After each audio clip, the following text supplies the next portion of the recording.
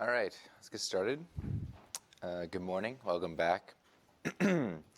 Today, we're going to talk a little bit about the results we got last time, and then add a little bit more structure to these problems, and see what we can do with them to get a little more interesting applications. So, just to remind you of what we did last time, we proposed some elimination-style algorithm where we had n arms. We're pulling an arm, resulted in some stochastic reward with some unknown mean. And the algorithm that we proposed was we were basically doing uniform sampling over these n arms for some fixed amount of time, discarding the arms that had that we could eliminate based on one empirical mean being confidently better than some suboptimal empirical mean. And then we continued this process, eliminating bad arms until we just got to a single best arm. And remarkably, what we proved was that even if big T was not large enough in order to get down to that best arm, meaning at any intermediate stage of this algorithm always maintained non-trivial regret guarantees. In particular, that algorithm, which I'll call AE1 for action elimination 1, just for standard multi-arm bandits. The regret, sorry.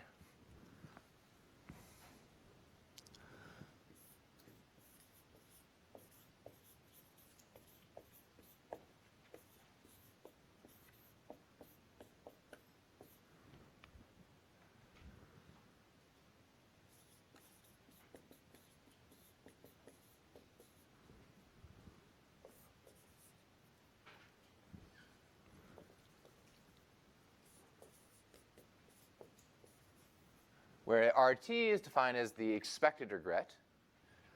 We proved a bound for some constant C that was specified, log NT. And also, we had a data-dependent bound, which was, again, some constant C, not necessarily the same C,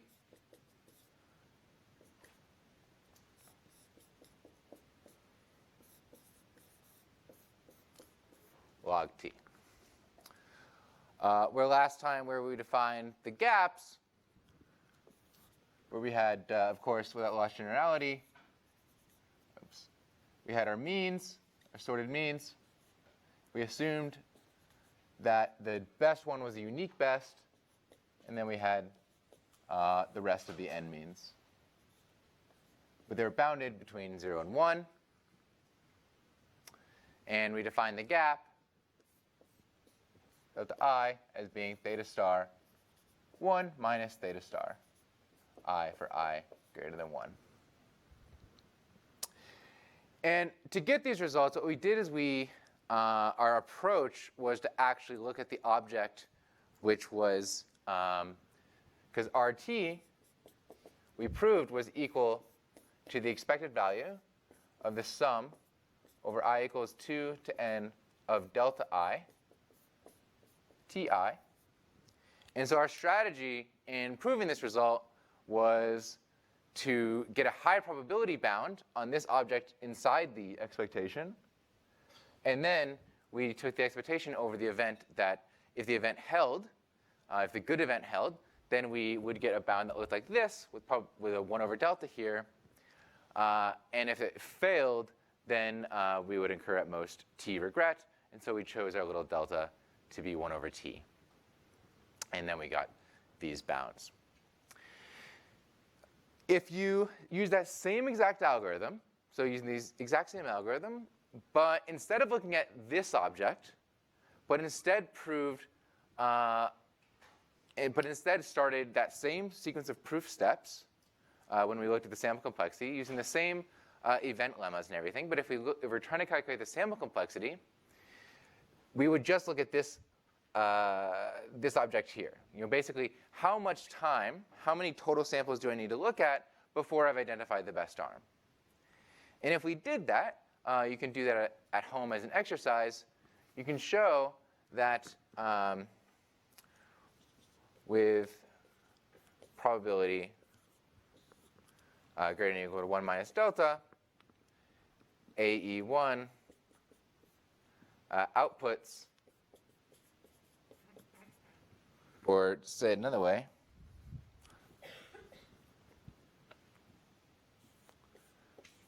x hat L is equal to the best arm after at most tau poles, total poles, where tau is less than or equal to the sum, again, some constant, not necessarily the same one,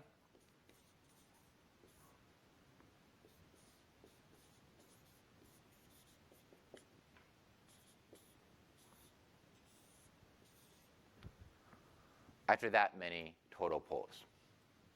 Okay, and I encourage you to go and verify this. Again, it's basically the same sequence of steps, except for instead of where we had a delta I here in this sum, you just don't do the delta I, and instead of getting a sum over 2 to the L from L equals 1 to this log min gap, inverse, you'll get a 4 to the L because you won't be multiplying by this delta. Okay, so we have these upper bounds, and a natural question to ask is, are these tight? Right? I mean, I propose these algorithms to you and prove them to you. So presumably they're a pretty good idea. But when you're developing these algorithms for multivariate bandits, and you're adaptively collecting this data, it's really not clear what, how you're doing relative to the best you could have done. In contrast to supervised learning, we have empirical risk minimization, right? You just, you have your data set, you have some loss function, you run gradient descent or whatever, you find the model that minimizes the loss, and this idea of empirical risk minimization can be proven to be almost optimal all the time. Basically, you always know you're doing okay, or the best possible that you could hope for, at least. When it comes to bandits, when you're collecting the data, you really have no idea. And so it's critical to actually prove lower bounds on any algorithm. We need to know exactly how many pulls are absolutely necessary in order to achieve these same results. And so it turns out that we can do this using different information theoretic lower bounds. And to give you some intuition of where these things come about, I just want to show you a little proposition and then sketch one of the proofs. So, proposition.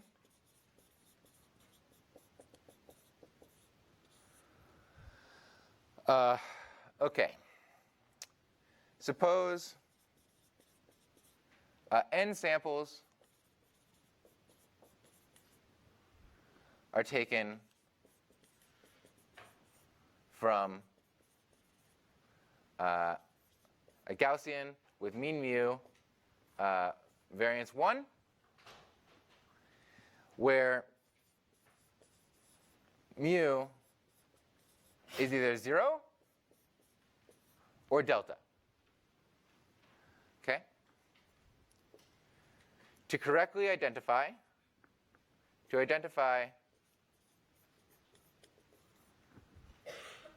if mu is equal to 0 or mu is equal to delta, one with probability 1 minus delta, one requires n to be greater than or equal to 2 log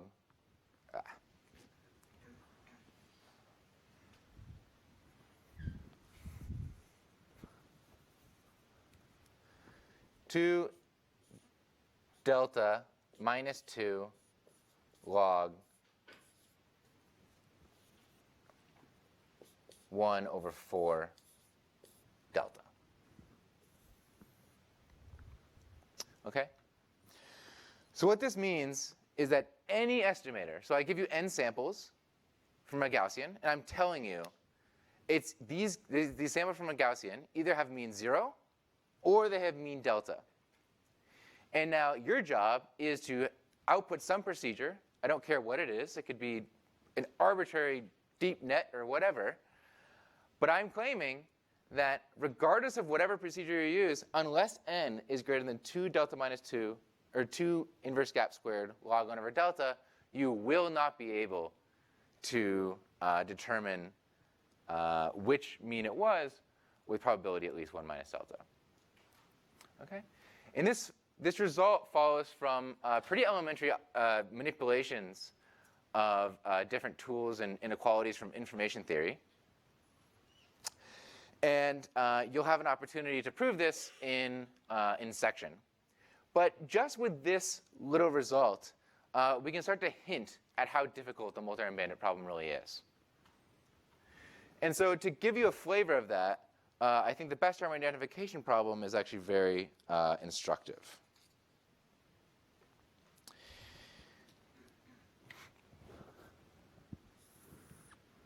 And so the result goes as follows. Theorem.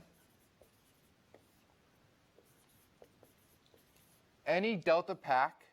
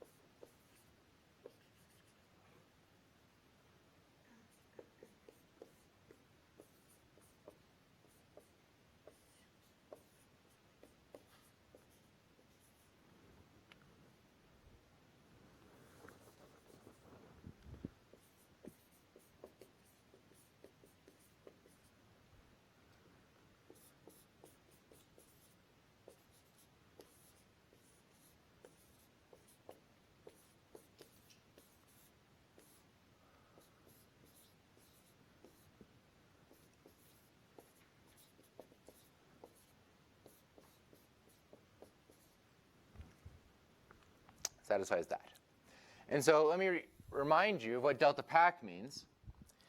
Delta pack means that for any instance that I give you, so you have some algorithm, and there is some multi-arm bandit instance. An instance I'm defining as some set of n probability distributions. And I'm telling you that they are, there's some set of means, and I'm assuming implicitly here that the top mean is unique, and that the variances are 1. And any algorithm such that I give it some means, it is guaranteed that with probability 1 minus delta will output the best arm eventually. Okay? It says nothing about how long it takes, but the definition of delta pack doesn't. But it says anytime you run on an instance, you will output the best arm with probability at least 1 minus delta, whatever instance is given. Note, our algorithm satisfies this. The algorithm that we presented yesterday was, doesn't matter what instance you ran on, with probability 1 minus delta, it will output the best arm, and it will take up most tau poles, where tau is less than or equal to this. Okay? And so this algorithm is delta pack.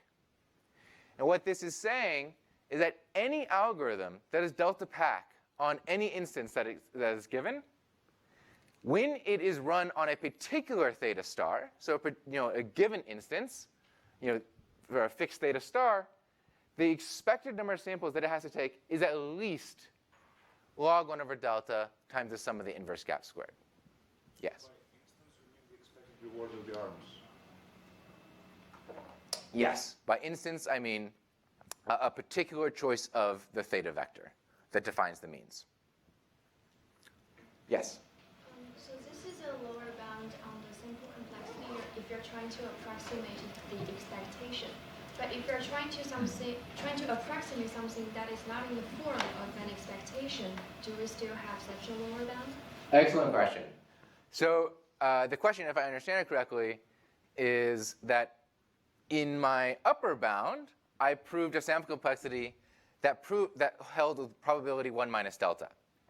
So it's a high probability bound on the sample complexity. When I'm using the term sample complexity to mean how many samples are necessary in order to achieve the objective. And so this is a high probability bound on the sample complexity, but this is a lower bound on the expected sample complexity, the expected number of samples. It turns out that under certain conditions, like these, where you have, your instances are Gaussian, so that everything is kind of well behaved, what I can do is I can prove that this is actually, for a much smaller constant here, I can prove this is also a lower bound on the high probability event. So I can make these basically, for a different constant, I can also prove this for a high probability event. Okay, so it's not, however, the other way is very interesting. If I want this to hold with probability in expectation, something really interesting happens. And it has everything to do with this regret analysis. Because as was pointed out yesterday, the algorithm that we're looking at, with some constant probability, it's less than delta, but with some probability, the algorithm could catastrophically fail and throw out the best arm, and perhaps have an infinite sample complexity. So with some constant probability, the algorithm never finishes, or just fails. And so to protect against that, you need to actually union bound over all time. And what this can do is this can really inflate this sample complexity. And it can really hurt it, and it becomes necessary to actually bring some of these deltas into the log and out of this log-log. A little bit of a detail there, but it's when you start to compare these expectation versus high probability results, things do get kind of different. Okay, one thing to notice about this bound is that it does not have, if we contrast these bounds, if you just trust me that these are basically equivalent in the high probability regime, one way they differ is that we have this log-log here, right? This log inside the logarithm. This is actually not an artifact, but it comes from the fact that if you have an empirical process, a running average, so if I were to look at a random walk, where this is equal to t equals 1 to big T of zt, where zt is IID 0, 1. So it's just a random walk. What we'd expect, at any given time, our sub-Gaussian tail bounds the other day, for any given t, for any fixed t that we, is a fixed, not a random variable, it is a deterministic quantity. So at this particular t, we know that with probably 1 minus delta, the empirical process must lie within some confidence interval that's scaling like square root of t. However, the probability, it's bigger.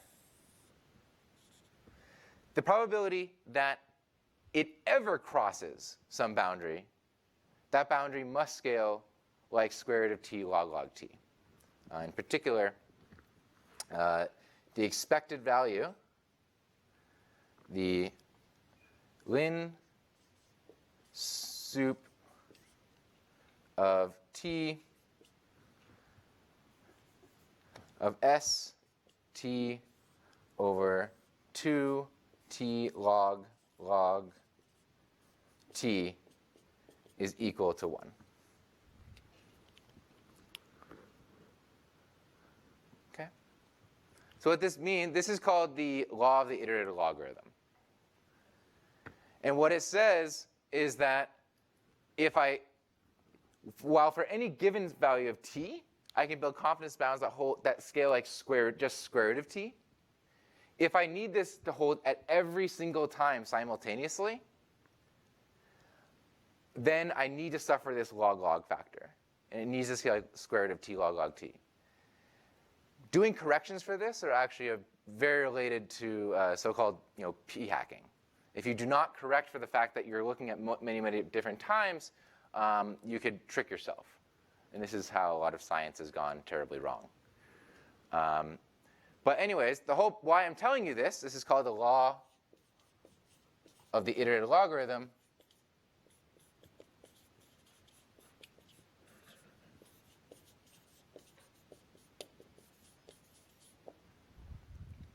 Or the LIL. And it can be shown that at least one factor of delta minus 2 log delta minus 2 is also a lower bound. And so, and the more general expression is actually extremely complicated, and I'm not going to write it down. But just want to say that this extra factor of log delta is somewhat necessary. Yes? ST is a quantity that I did not define. ST is equal to the sum, the running sum, sorry. The other quantity is this n. And this comes from union bounding over all the arms. We had to have all the arms empirical processes behave. It turns out there was a significant amount of effort performed in the mid-2015s era to remove this log n factor. It was successfully done. Yeah, you can do it. But actually removing these log factors is actually one of the most interesting part of multi-arm bandits today. Can we actually remove these union bounds? This is like where active research happens. Okay, so basically what I'm trying to argue is that that bound is basically tight up to that log n factor, this union bound, which effort has been put in to remove. And to give you an idea of like how this theorem is proven, it's actually pretty straightforward. So consider two instances, because our algorithm has to be delta packed on all instances. Then consider any instance that looks like this. We have 6 arms here. So this is instance theta. And now consider another instance.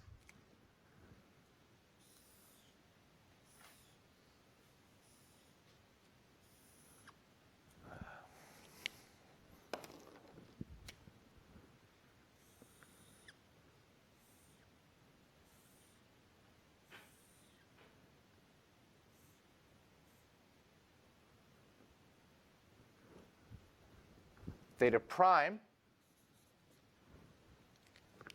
where theta prime is supposed to have the exact same means. I wouldn't call it theta prime. I'll call it theta of 1, 2, 3, 4.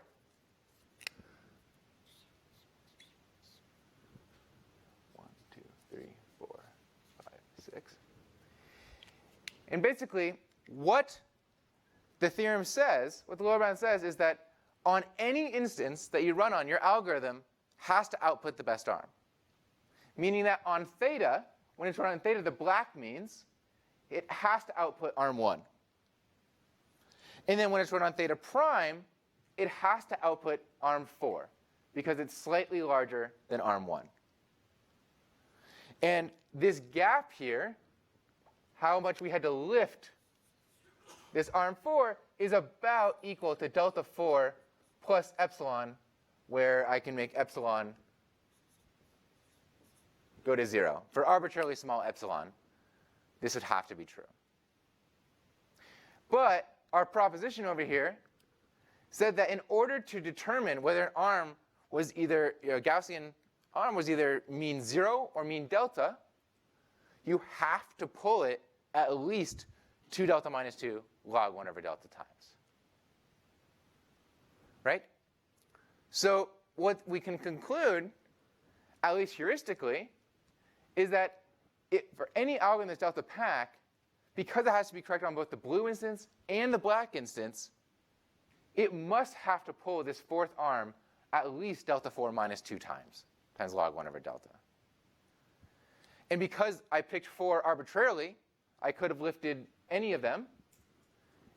We get something that looks kind of like this, at least heuristically. Intuitively, you have to do. I could have done any of these instances, and so you have to have a sample coverage that scales somewhat like this. Yes. So So I'm confused about, in the theorem, there's this expectation over theta star, and it doesn't seem like thetas are random here. They're just given, right? My apologies. This notation means that here I've fixed a given theta star. So it's more like conditional on? Sure, yeah. It's when the algorithm is run on theta star, a particular theta star, where theta star is matched to these deltas. Just saying that when the algorithm is playing against this delta. It's called an instance lower bound because it's for any given theta star. You have to suffer this. It's not a worst case or a minimax result, which we'll get to in a moment. Anyways, this is not a proof because the algorithm takes a random number of samples, and this proposition is a fixed number. I'm going to take n samples. And the actual difference between any proposition that requires n fixed samples versus a random number of samples is actually a very interesting topic of research called sequential statistics. But we're not going to talk about that today. Any questions about this lower bound? OK. Using very similar techniques, we can also prove a lower bound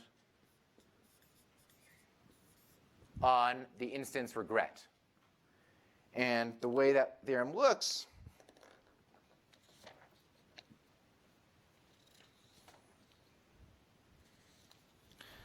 is a little technical. So any algorithm satisfying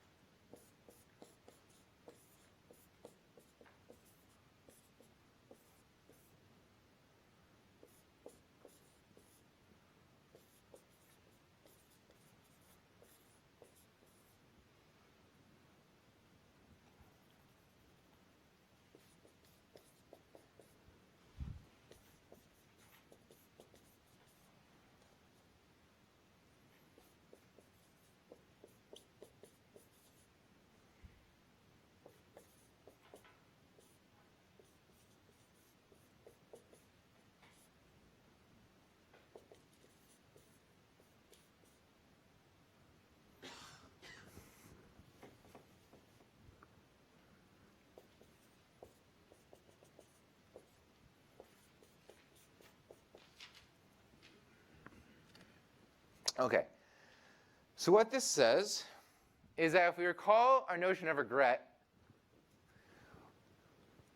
yesterday we said what we really want any algorithm to satisfy is sublinear regret, meaning that as time gets very large, the fraction of times, the proportion of times that I'm playing suboptimally goes to 0, or is vanishingly small.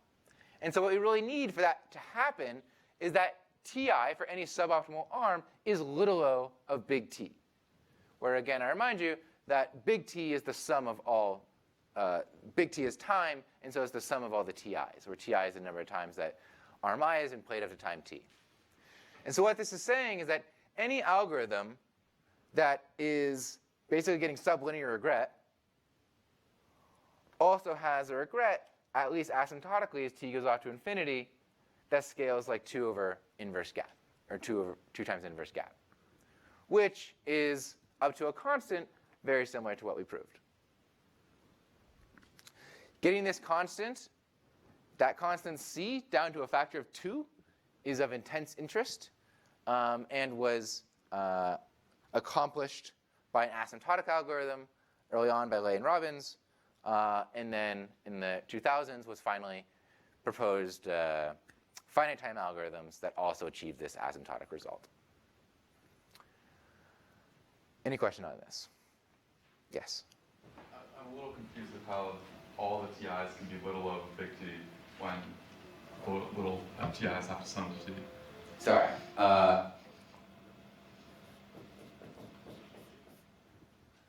So only suboptimal arms. Thanks. Yeah. Can the proposition be strengthened to work with the expected n instead of n samples? Like the algorithm gets to make samples and then it gets to choose when to halt. Yes. So you can make this work with Wald's inequality, or sorry, Wald's identity, and some manipulations like that. One of the papers that I suggested, I know there's like a list going around, is a paper by Kaufman and Garivier, and they make this very formal and provide some very nice tools to deal with expected stopping times. Okay. Finally, the last lower bound that I'm going to present, before we do something more upper bounds and fun, is a minimax lower bound. So a theorem,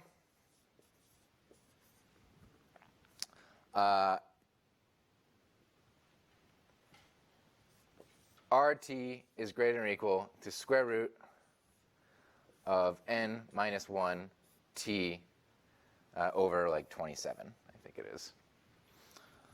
Constant doesn't matter, of course. Yeah, I don't know. Yeah, it is 27. Okay, so what this is saying is that the regret is scaling like square root of nt necessarily for any problem. Okay, so what I should say is there exists an instance for any nt such that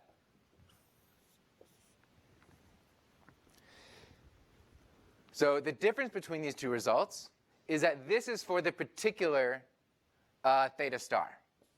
So this is, I'm running on a fixed theta star, and any algorithm that satisfies this for any theta, if this, for any algorithm satisfying for all I, this for any theta, has to have a regret when run on theta star like this.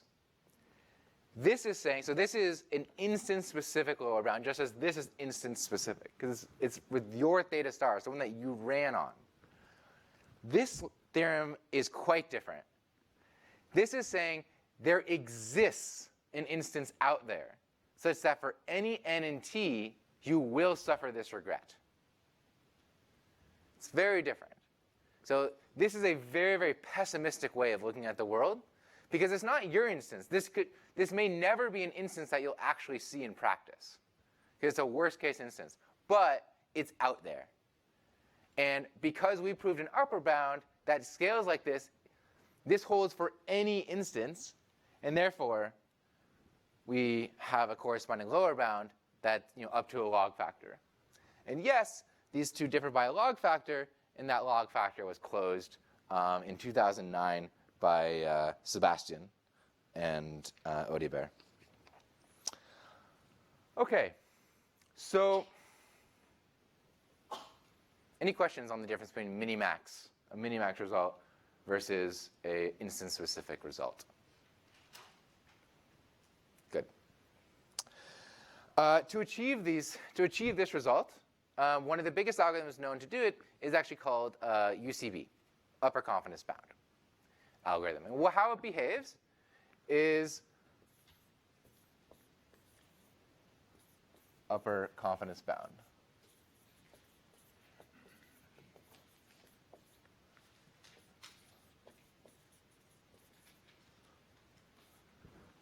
What it does is for t equals 1, 2, ... pull argmax I theta hat I ti of t, I'll define this in a moment, 2 log t over ti of t,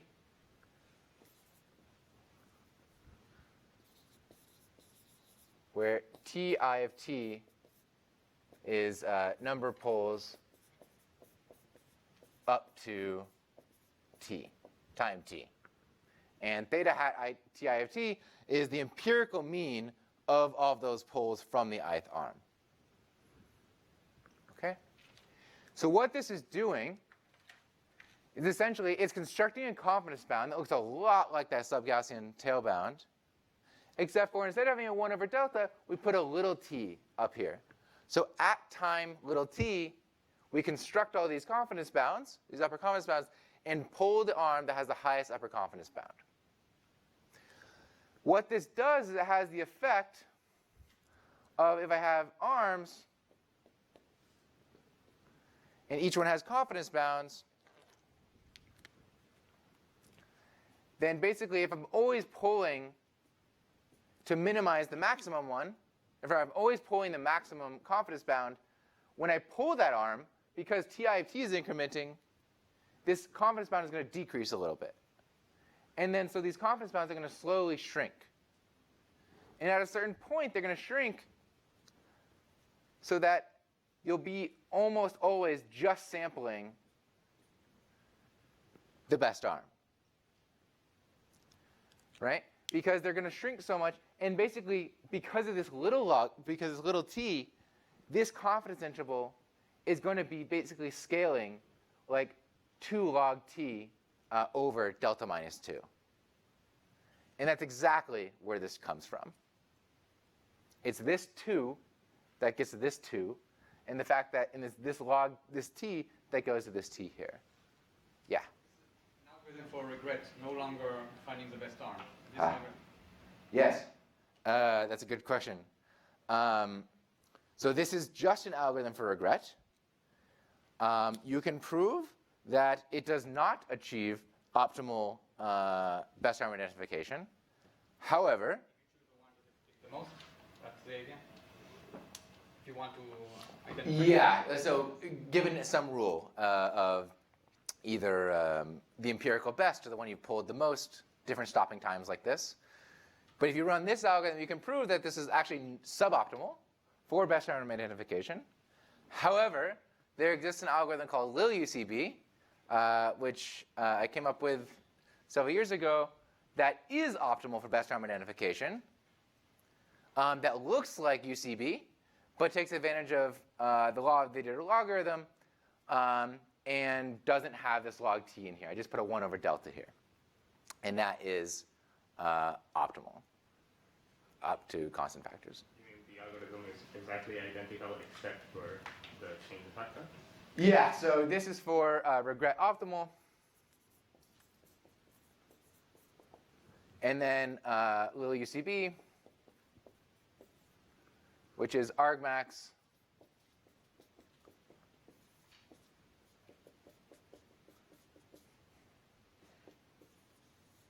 some constant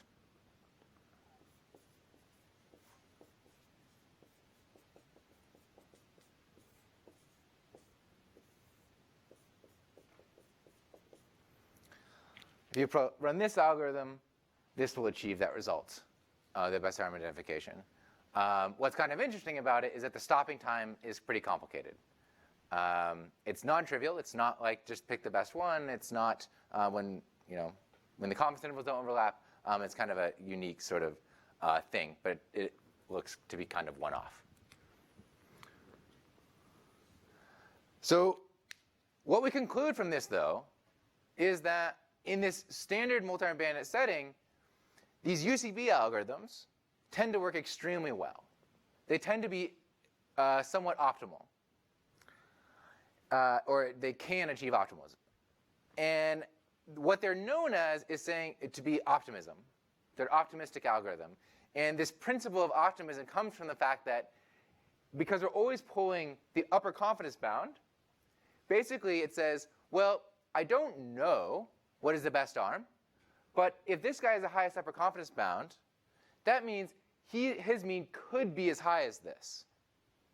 And if his mean could be as high as that, I want to pull him. And so it's being just sort of like stupidly optimistic of saying like, look, if he could be the best, let's go and explore him and pick him and see if he is the best and try to exploit him. And this has nice properties because if you were correct, if your hypothesis was correct and he was the best arm, you're just going to keep picking the best arm. And if it's wrong, if you chose incorrectly, then you suffered some regret or you wasted some samples. However, you needed to waste those samples anyways. And so you basically don't pay anything. Or you only pay for what you need to pay for. And this is the big sort of intuition and practice of optimism in algorithms. And so people really like this principle of optimism. Yes? Is there, does the upper confidence bound decreases monotonically? No. No, actually, it's very important. For this algorithm, yes. For this algorithm, no. And it's extremely important that it does not, actually. So you'll note that if you pulled an arm, say, 20 times, if you stop pulling it, this little t's keep increasing. As time goes on, it keeps increasing. So actually, these confidence bounds decrease and then increase, or they increase slowly, then decrease. And so like you're always sort of competing with this thing. And that's why you keep pulling things. And most importantly, these algorithms never throw any arms out. They never eliminate arms. And this seems to be critical to remove log factors. Because if you remove something, you need to be really sure that you were right about that. And that can often incur log factors. Yes? These are optimistic algorithms, but in some sense they are very cautious optimistic, because they always keep thinking, maybe I didn't get the right arm, I'll have to try sampling the other ones once in a while to see that I'm not wrong. Yes. Yes, I would agree with that interpretation. Another algorithm is known as Thompson sampling, which you'll look at a little bit in section, I think. And it's also one of the papers that I recommended to look at. We'll get into that maybe a little later in the classes. Okay, but that's all I want to say about standard bandits. Yeah? Will these algorithms converge to a stationary ranking of the arms, or? Excellent question. No. These algorithms do not. If you run these algorithms, they will do an excellent job at minimizing or identifying the best arm, but they'll do a really crappy job of ranking the arms. And the reason why is that these algorithms are really just going after that top arm. And if something goes on a really bad run, like if it gets, in this sort of like stochastic process, if it gets really unlucky and goes, gets really bad empirical means, we're just going to stop pulling it. Because like that was a very unlikely thing to happen. And like, it's like, okay, like we're not going to go chase you. And we're not going to make sure that you are obeying your confidence intervals. Like we're just sort of take advantage of if things get unlucky and go bad. And so no, the rankings, if you run these algorithms, are actually very bad. This is not a good algorithm for ranking. It's a great question. Yeah. So in this, like, if we also look at the lower confidence bound, and if particular arm's upper confidence bound is lower than the lower confidence bound of the other arm, then we could it still doesn't throw it away, maybe because these confidence bounds could keep going up and down. Is that okay? In this algorithm, yes. Yeah. In UCB, is that the case? So this is an algorithm, but because we've not union bounded, these confidence intervals that we're defining are not actually confidence intervals that hold for all arms simultaneously. It's just an algorithm, and that's actually critical. I'm saying the word confidence interval, but I'm not guaranteeing that the true means are actually under these confidence intervals. It's just an algorithm. That's critical. Yeah. Is there a meta algorithm for extending any one of these to top K arm identification? Yes. Well, yes and no. The algorithm that I presented, this action elimination algorithm, is very easy for that. Algorithm like little UCB for top K identification, actually what you do is, it's another algorithm I came up with called, it was initially proposed by Kalyana Krishnan and Stone, and I don't know the date, but basically it's called an LUCB algorithm. And what it does is it ranks the top, you're in some state of the world, you've gotten some empirical means, you rank them, and then you look at the kth one and the k plus first one. You take those top k means, you build a lower confidence bound on those, and you build an upper confidence bound on the bottom n minus k, and you pull the arm with the highest upper confidence bound of the n minus k and the lowest confidence bound of the top k, and you repeat this process. And basically, I extended the work of LUCB to that setting with an algorithm called LUCB++, and you can get optimal top K identification. There's also something called semi-bandits in the regret setting, and you can get similar results like UCB. And I think they actually just tend to pull the top K UCBs. OK, I'm going to move on, because I've only got 15 minutes. I got a lot to cover. So bandits are awesome. They're a really cool idea. They date back to 33 with Thompson, and then Wald and Chernoff, and just an amazing series of very interesting works and questions have been answered over the last 60 years. But with the advent of the internet and machine learning, this all kind of looks elementary in a way, in the sense that if I'm trying to recommend music to people or movies, I can't, there's millions and millions of songs in my music database. And having bounds that scale with n are just, that's not possible. And also, it's very, very pessimistic. These songs are not just unidentifiable sort of objects. They have genre. They have artists. They have features associated with them, beats per minute. All of these sorts of features and attributes that describe this song.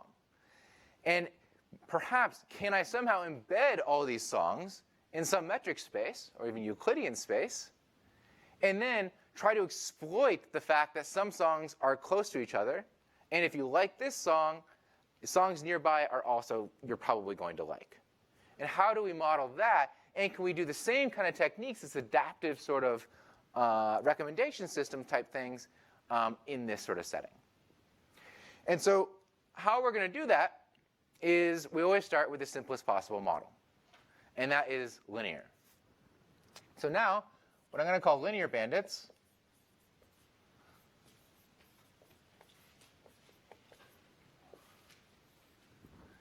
at each time t,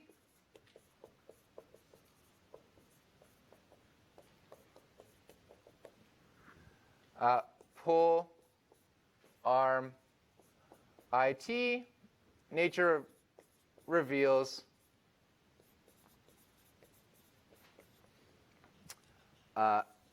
x it transpose theta star plus eta t, where eta t,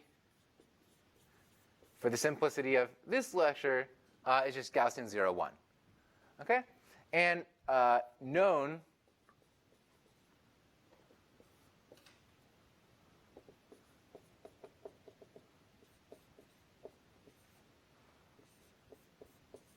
RD, unknown, of course, theta star in RD. Okay? So the model here is extremely simple. It's just a linear model that says when I have these feature vectors, these are the attributes of the songs, and there exists some unknown theta star out there. This is like the preferences in your head. And I'm trying to make recommendations to you by recommending different songs to you. And then I have this model that there's some theta star in your head such that the expected reward, or the expected amount that you're going to like this song, or click on it, or listen to it, etc., is modeled as the inner product between the song that I play, or the feature vector of the song that I play, and theta star, it's your theta star, plus some noise. Okay? And the objective, again, is the same. I either want to do best charm identification, where I want to find the best song for you, or regret minimization, where I want to simultaneously explore what you like while also exploiting what you like as well. We see a lot of regret minimization in preference recommendation type things like Netflix, Spotify, etc. But in the sciences, we actually see a lot more pure exploration. So this is like, I need to find a peptide that binds to this specific protein. Or I need to find this new material that has a specific electromagnetic property.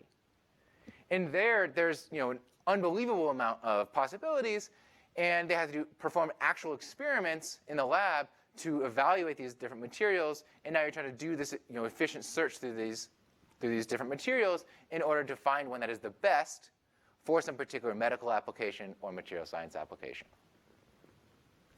Okay. So this is the model.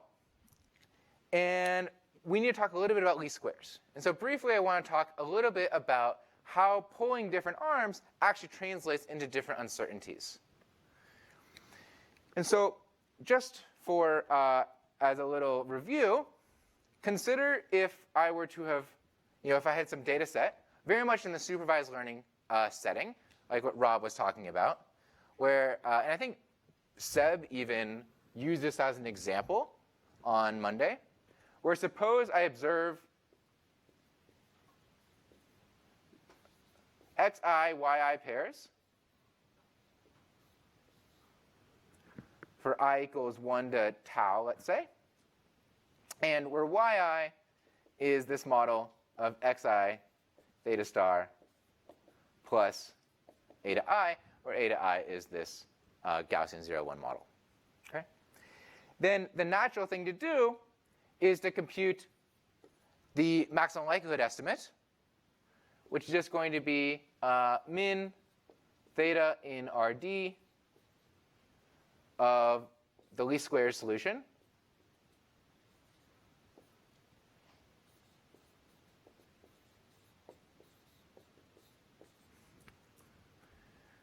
which can also be written as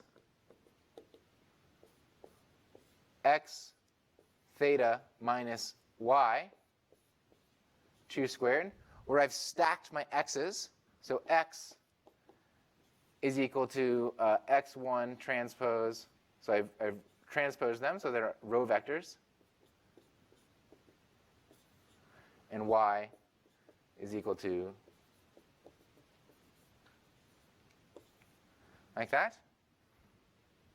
And what this solution is, and if this is unfamiliar, I highly recommend you take a look at it or prove this to yourself, that the solution is equal to x transpose x inverse x transpose y. Okay, let me rewrite that up here.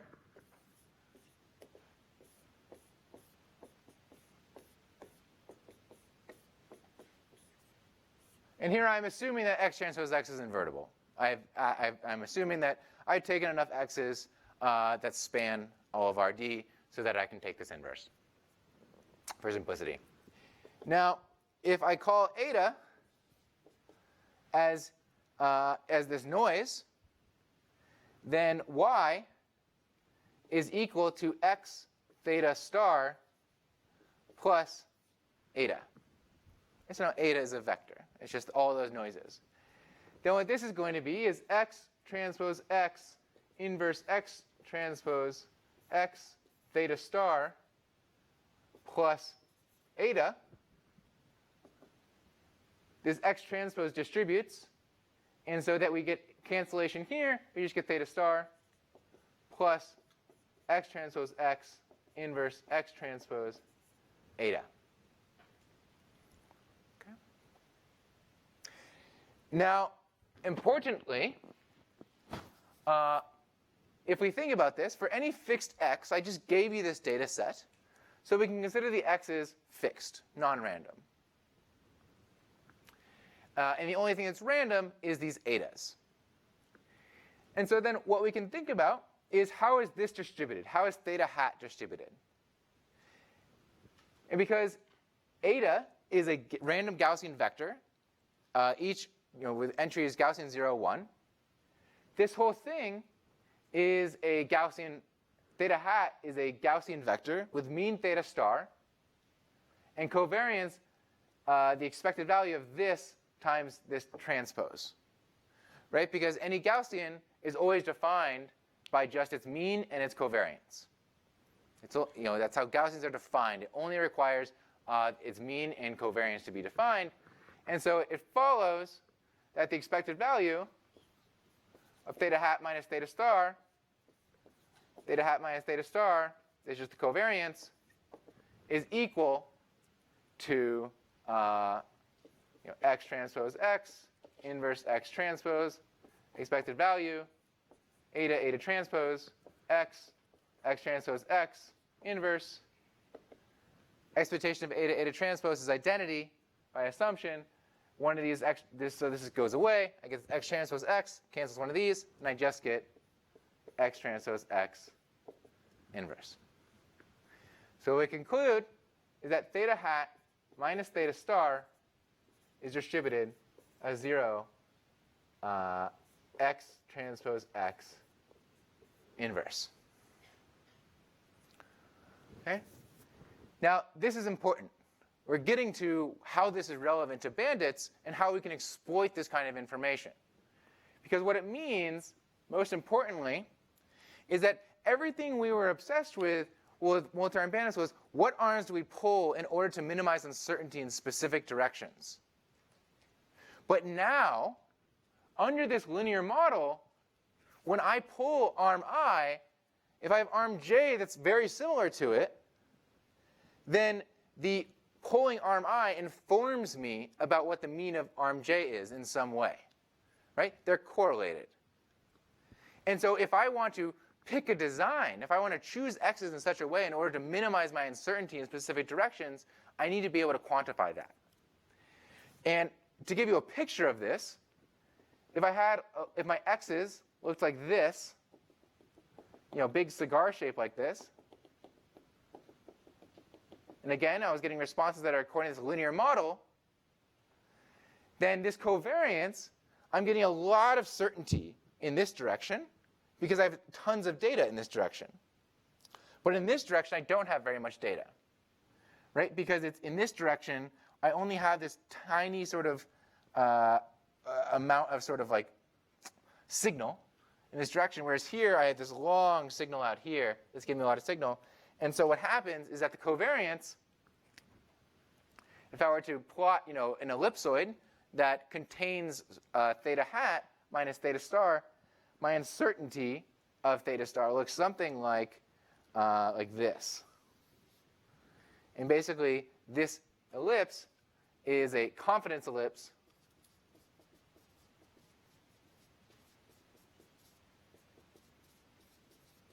for theta hat minus theta star. Meaning that up to some constant, theta hat minus theta star lives with high probability, is somewhere inside this ellipse, scaled to some amount. Okay? That is the picture you should have in your mind. So depending on what x's I choose, I can shape this covariance in different ways. I can shape how much certainty I have in different directions. And so now this is just if I was just given a static data set. Right? I don't get to choose what my uncertainty is. It just is what it is. But now when we move to linear bandits, when we get to choose which x's in succession, we can actually decide how to shape this. What is the most efficient way to collect data in order to get the uncertainties that we want limited? And so as a preview to next time, what we're going to do is we're going to revisit that algorithm that we saw last time for action elimination, just in the standard multi-arm bandit setting. And we're going to basically do the same thing. We're going to look at different tools in order to quantify this uncertainty. And just like we did over here, where at each round L equals 1, 2, 3, etc., we're going to take measurements in order to minimize the maximum variance of the empirical means. Where the empirical means here are now the xi transpose theta star, or the inner product between xi and theta star. This is the new sort of mean or expected reward of the ith arm. And so what we're going to do is basically design this covariance in order to minimize the maximum variance in each round, just as we did in the standard multi-arm bandit setting. And we'll start that this afternoon. Any questions? Yeah? Something about the logic behind the linear model. So, for example, in recommender systems, my guess would be that it's more like a binary. If the user clicks or doesn't click on the particular song or whatever. Yes, that's a great question. So what he's saying is I'm assuming, for this linear bandit problem, that we have these feature vectors for each one of the arms, and that the reward that I observe is basically an expectation, just the inner product between that vector and theta star plus some Gaussian noise. However, if you're in some ad recommendation setting or Spotify, etc., then it's going to be some 0-1 sort of feedback. It's not Gaussian. And so what you can do actually is model that through a logistic sort of transform, just as we do with the logistic regression. And you can do much of the same things that we're going to talk about in this class. However, it gets a little bit more hairy in terms of it becomes less pretty, but you can still do things. And in particular, using things like Thompson sampling, which you'll see a little bit more in section, can deal with that much more naturally. Yeah? Can you give some intuition as to how you pick the dimension of the space D in an actual application? Yeah, so typically this is done through domain knowledge. This is not something that the Bandit person would define. It's basically you're some practitioner, you're working in this space, and someone tells you, like, look, these features have been historically helpful for me. And that's how a lot of this is done. So you almost never show up to a Bandit problem in practice where you know nothing about the problem. Typically, it's some company or some scientist that's done sort of initial studies, and they have some idea of what the model looks like. And so a lot of times when it's extremely complicated, you might even just train like a deep net on historical data to get features on that last layer, and then run this linear model on that last layer. That's extremely common. And so that first day when I did that on that Amazon example, where you like or dislike, that had that like or dislike feedback, and it had very much these features, and those were put through a deep net. Those came out of running a deep net and just getting that last layer, and then doing this logistic transform. Yeah? So the variance of the noise can be amplified by the inverse of the eigenvalues of that matrix. Is that sort of a concern for Bandit researchers? Yes. That is actually going to be the core difficulty of our analysis. And what we're going to be doing is basically sequential experimental design in order to control these eigenvalues of this matrix. OK, see you this afternoon.